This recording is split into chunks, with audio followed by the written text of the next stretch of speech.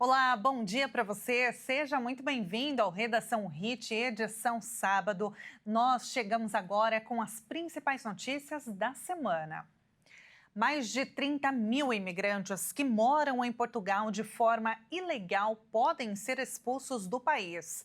Desse total, 5.300 são brasileiros. O governo português anunciou a notificação para que deixem o país em 20 dias.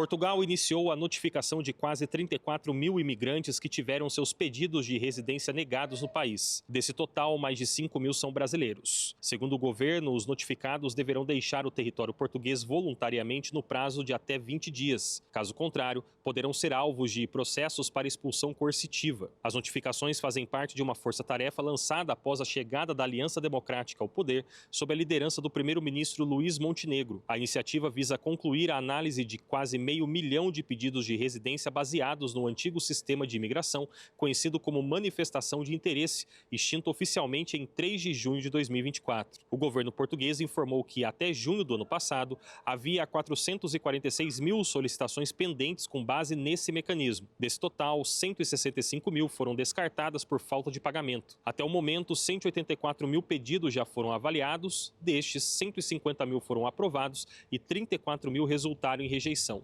Estes são os estrangeiros que agora começam a ser notificados. Segundo o ministro Antônio Leitão Amaro, a decisão de expulsão compulsória só será aplicada após uma nova etapa e as autoridades de segurança poderão ser acionadas se necessário. As mudanças no sistema de imigração português têm sido justificadas pelo governo como resposta ao crescimento do fluxo migratório. Agora, para solicitar residência, é necessário apresentar previamente um contrato de trabalho ou oferta de emprego em Portugal. O antigo modelo permitia a permanência com base em declaração de intenção, mesmo sem vínculo empregatício. Entre os que solicitaram residência, os brasileiros lideram tanto em números de pedidos quanto em aprovações. Das 73 mil solicitações feitas por brasileiros, 68 mil foram aceitas. Apesar dos números, a taxa de recusas entre brasileiros é uma das mais baixas. Imigrantes da Índia, por exemplo, tiveram uma taxa de rejeição superior a 45%. Já cidadãos de Bangladesh, Paquistão e Nepal enfrentaram um índice próximo de 25%. Entre 2020 e 2023, esse número saltou de 276 mil para 513 mil. Com isso, Portugal tornou-se o segundo país com a maior comunidade brasileira no mundo, atrás apenas dos Estados Unidos. A imigração esteve no centro do debate público durante as recentes eleições em Portugal. O país enfrenta desafios relacionados à integração cultural, ao crescimento populacional estrangeiro e à resistência de parte da sociedade local à imigração, inclusive com episódios de xenofobia. Segundo dados oficiais, cerca de 1,5 milhão de estrangeiros vivem atualmente em Portugal, o que representa cerca de 14% da população, número 3 vezes maior do que há 10 anos. A chegada crescente de imigrantes, especialmente de países como Brasil, Índia e nações do sul asiático, alterou o perfil tradicional da imigração portuguesa, historicamente centrada em cidadãos de nações de língua portuguesa ou com laços culturais e históricos mais estreitos com o país. O número de brasileiros residentes em Portugal teve um aumento expressivo nos últimos anos. Fatores como o idioma incomum, a estabilidade econômica, o clima, a segurança pública e a facilidade no reconhecimento de diplomas são apontados como principais atrativos para os brasileiros que optam por se estabelecer no país europeu. A atual onda migratória inclui desde trabalhadores de setores como construção civil até profissionais qualificados das áreas de tecnologia, saúde e direito. O governo português promete seguir com a análise dos cerca de 68 mil pedidos restantes nas próximas semanas. Os descontos irregulares em aposentadorias e pensões do INSS não se restringem, aliás, a associações já investigadas pela Polícia Federal. Olha só, por apenas R$ 150 é possível ter uma lista completa com todos os dados de 500 pessoas cadastradas no sistema do Instituto.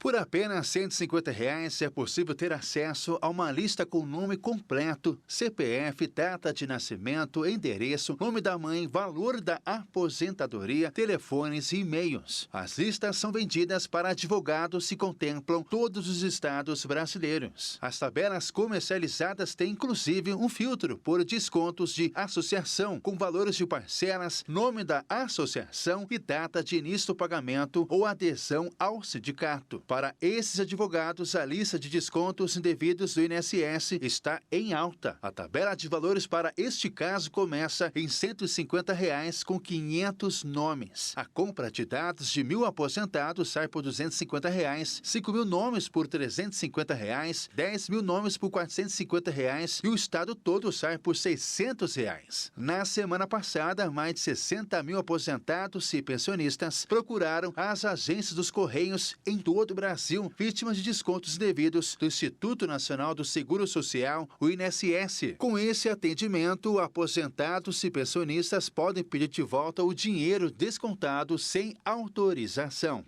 Hoje, a Justiça Federal determinou o bloqueio de quase 24 milhões de reais em bens de empresas e de sócios investigados por suspeitas de fraude contra aposentados e pensionistas do INSS. O objetivo da ação, apresentada pela Advocacia Geral da União, é ressarcir as vítimas de descontos ilegais em seus benefícios. O ministro da Advocacia Geral da União, Jorge Messias, pediu em maio o bloqueio de bens no total de 2 bilhões e 560 milhões de reais contra 12 entidades associativas e seus dirigentes. Ao todo, são 60 réus. As ações sustentam que as entidades seriam empresas de fachada criadas apenas para viabilizar a fraude contra aposentados. As 12 organizações também respondem no INSS a processos administrativos de responsabilização por prática de corrupção. O valor de quase 24 milhões de reais são de 2 empresas. O bloqueio de bens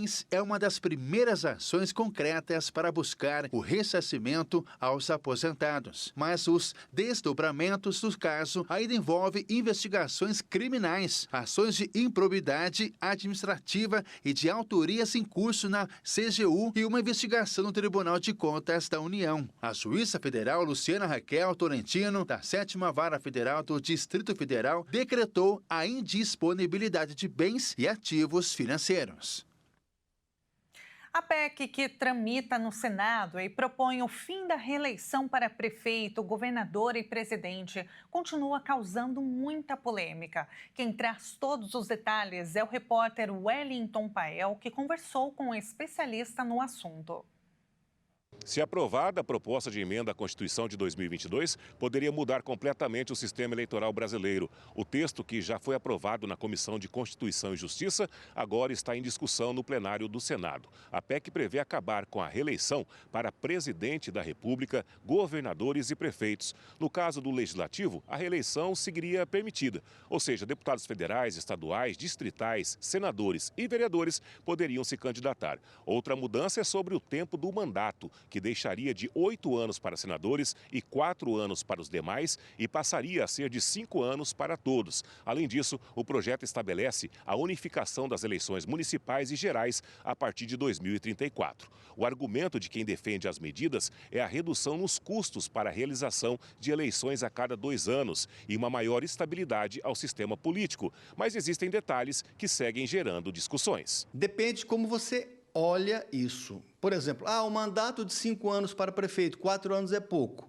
Ok, mas esse prefeito não teria direito à reeleição. E se você escolhe um mau prefeito? Você, eleitor, trocaria esse mau prefeito por um outro em 4 anos. Agora, com 5 é 1 ano a mais.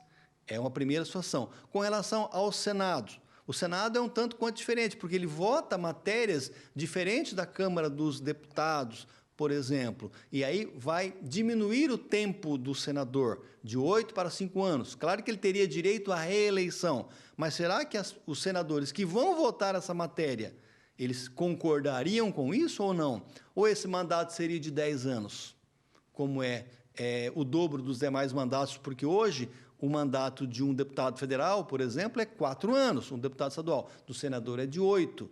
Então, por que então baixaria para 5? E o de deputado federal ou estadual continuaria com 4, já que eles podem ter várias reeleições sucessivas. É um assunto que tem que ser discutido e isso, com certeza, vai ser motivo de mudança lá nessa proposta de emenda à Constituição. Eu, particularmente, acho muito difícil, na atual conjuntura política brasileira, esse assunto avançar. Outro aspecto que tem gerado controvérsia é a tramitação da PEC em regime de urgência, ou seja, discutir com mais pressa um assunto que promove mudanças tão profundas no sistema político. Causa estranheza porque a própria PEC, ela alonga essas eleições. Como, por exemplo, prefeito que tomou posse agora em 2025, ele pode buscar uma reeleição.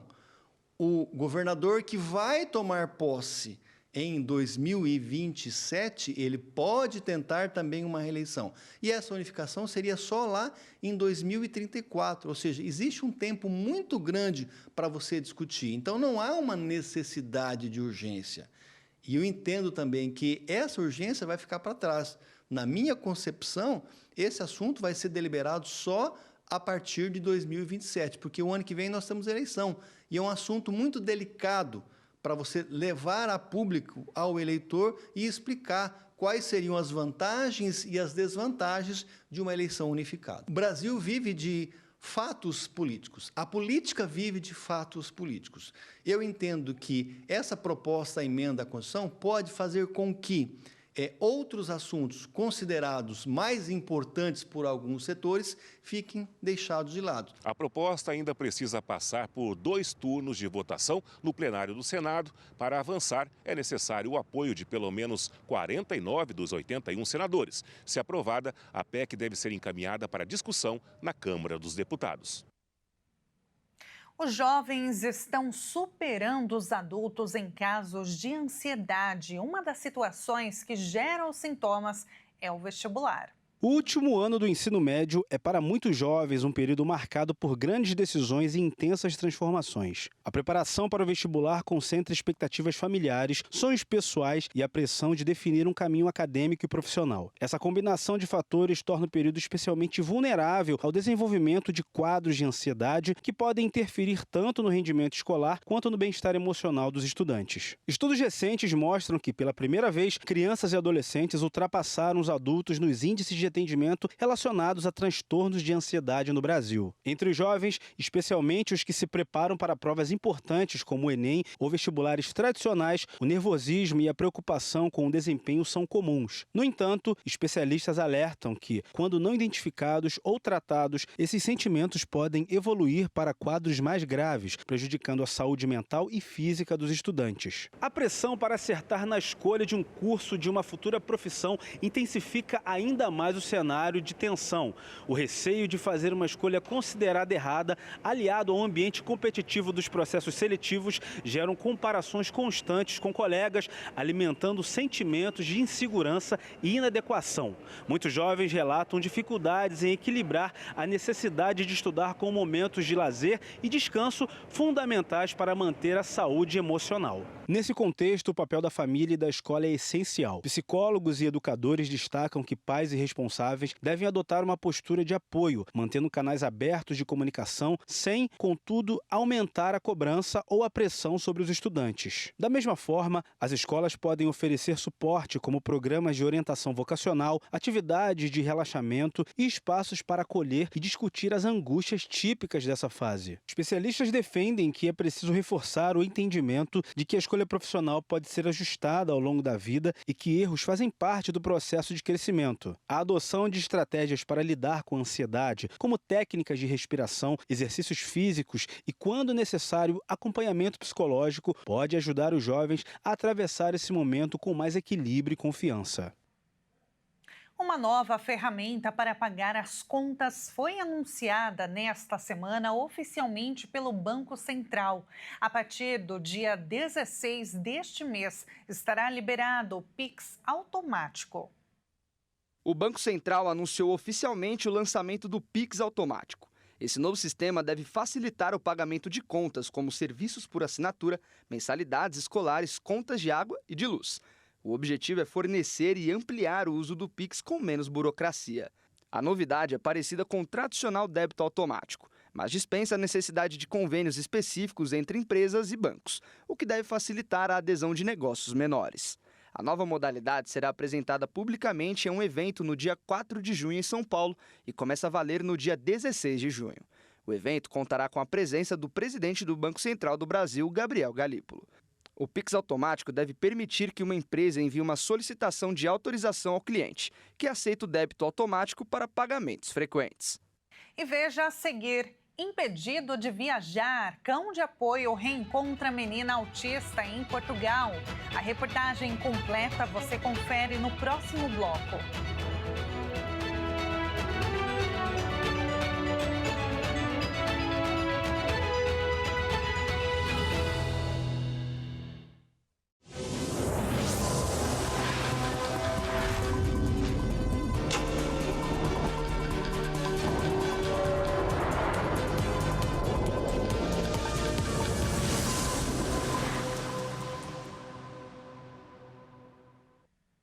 O Redação Hit está de volta com as principais notícias. Arqueólogos descobriram vestígios de uma cidade maia com mais de 2.800 anos na Guatemala.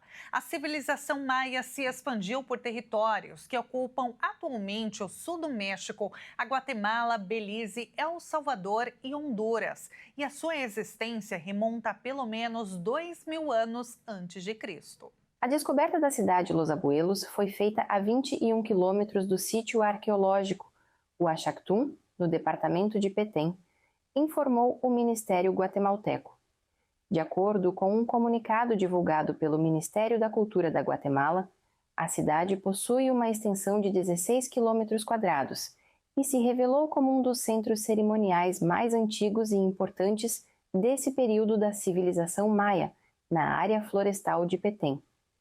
A descoberta foi feita por arqueólogos guatemaltecos e eslovacos, ao ampliarem em 2009 para cerca de 1.200 quilômetros quadrados a área de pesquisa em zonas pouco exploradas do Parque Uaxactún.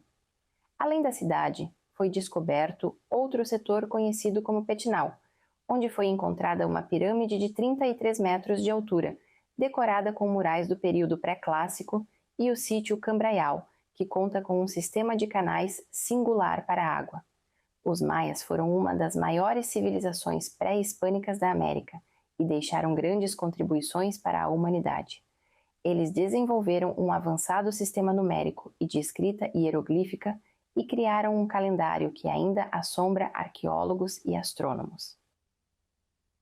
Uma pesquisa revelou que 53% dos brasileiros não leram um livro nos últimos 3 meses, muitas vezes pelo preço das obras, o que tirou 7 milhões de leitores da fila.